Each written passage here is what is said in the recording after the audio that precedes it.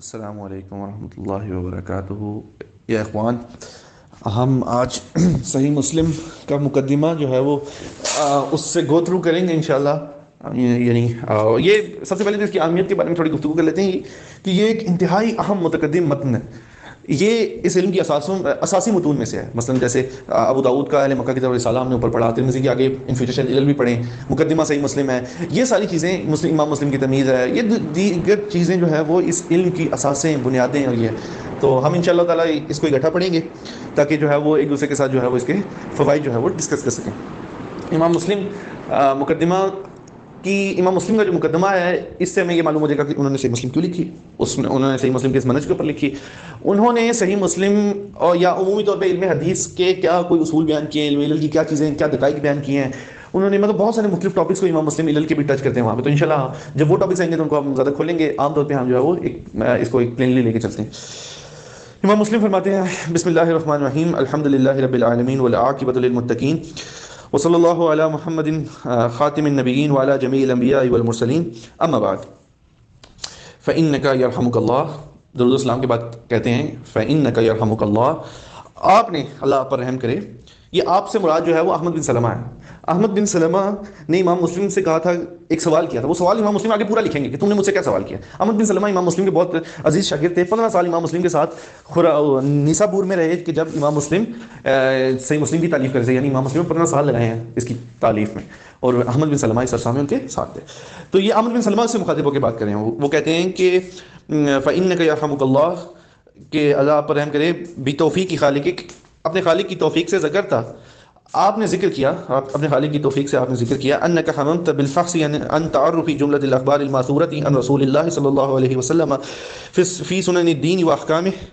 کہ آپ نے جو ہے وہ مجھ سے مطالبہ کیا، اور شدت سے مطالبہ کیا کہ میں جو ہے وہ آپ جان لیں نبی علیہ السلام سے جو اخبار ماثورہ تھے، یعنی کہ اخبار ماثورہ سے مراد یعنی جو چیزیں نبی علیہ السلام سے نقل کی گئی تھی، کس چیز میں؟ سنن دین اور احکام میں، یعنی جو دین میں سنن ہیں اور احکام، ان میں جو ہے وہ جو روایات ہیں، جو سب کچھ ہے، اس کو جو ہے وہ جمع کر دیا جائے جو نبی علیہ السلام سے مروی تھا، جو کچھ بھی وما كان منها في الثواب والعقاب، جو ان میں ثواب اور عقاب تھا، یعنی ثواب بھلائی جزا اور عقاب عذاب، یعنی جو ثواب اور عذاب کی روایتیں ہیں، وہ ترغیبی و ترغیب، وہ ترغیبی و ترہیب، اور ترغیب اور ترہیب، یعنی ترغیب یعنی کسی کو کسی چیز کی طرف راغب کرنا، ترہیب منع کرنا، اور یہ سارا یہ روکنے والی چیزیں، مثلا نبی علیہ السلام نے منع کیا فلاں کام کرنے سے، یہ لعنت فرمائی فلاں عمل پر، تو یعنی کہ یہ روکنے والی چیز ہے۔ نبی علیہ السلام نے فلاں عمل کی جو ہے وہ مدح کی، فلاں عمل کے لیے اتنا اجر بیان کیا، تو یہ ترغیب کی چیز ہے، فضائل اعمال جن کو ہم کہہ لیتے ہیں۔ وغیر ذلك من صنوف الاشیاء بالاسانید التي بها نقلت وتداولها اهل العلم فيما بينهم، اور ایسی دیگر صنوف صنف کی جمع، یعنی ایسی دیگر چیزیں یہاں پہ ذکر کرتے ہیں،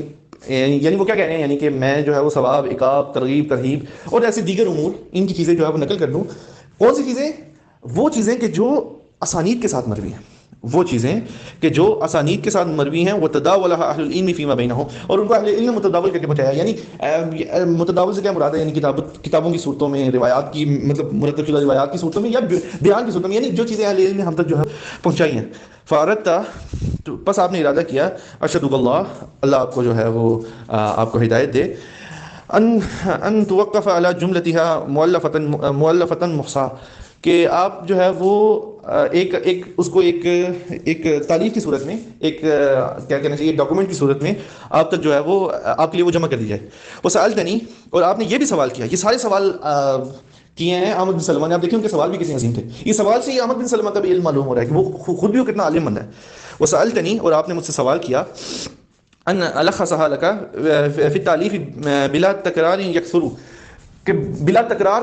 یعنی کہ عام طور پہ احادیث جو ہے وہ بار بار نقل ہو رہی ہوتی ہیں، یعنی بعض مواقع پہ ایسے ہوتا ہے کہ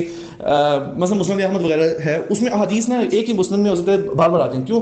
دوسری سند سے آئی مثلا ایک ویسے فرضی مثال دے رہا ہوں، حضرت ابو ہریرہ کی مسند میں 3 نمبر پہ ایک روایت امام احمد لائے، ہو سکتا ہے دوسری سند سے امام احمد جو ہے وہ 20 نمبر پر دوبارہ لے آئے، 25 پہ تیسری بار لے آئے، 40 پہ چوتھی بار لے آئے، مطلب اس طرح۔ تو اس طرح کے مکس کر کے وہ روایات آتی رہتی ہیں بار بار. تو امام مسلم کہہ رہے ہیں کہ احمد بن سلمان نے امام مسلم کو کہا کہ آپ ایسی کتاب لکھیں کہ جس میں بار بار حدیث ریپیٹ نہ ہو، بہت زیادہ مرتبہ نہ ہو. امام مسلم آگے اس کا جواب دیں گے کہ بعض موقع پہ تو ہم اس سے بچ ہی نہیں سکتے، بعض موقع پہ واقعی تکرار کرنی پڑتی ہے، دوبارہ لانی پڑتی ہیں چیزیں، لیکن ہم جو ہے جنرلی جو ہے وہ اس پہ کام کریں گے، ہم جنرلی جو ہے وہ کثرت سے جو ہے وہ تکرار نہیں کریں گے حدیث کی، اور اس کی ضرورت بھی نہیں ہے.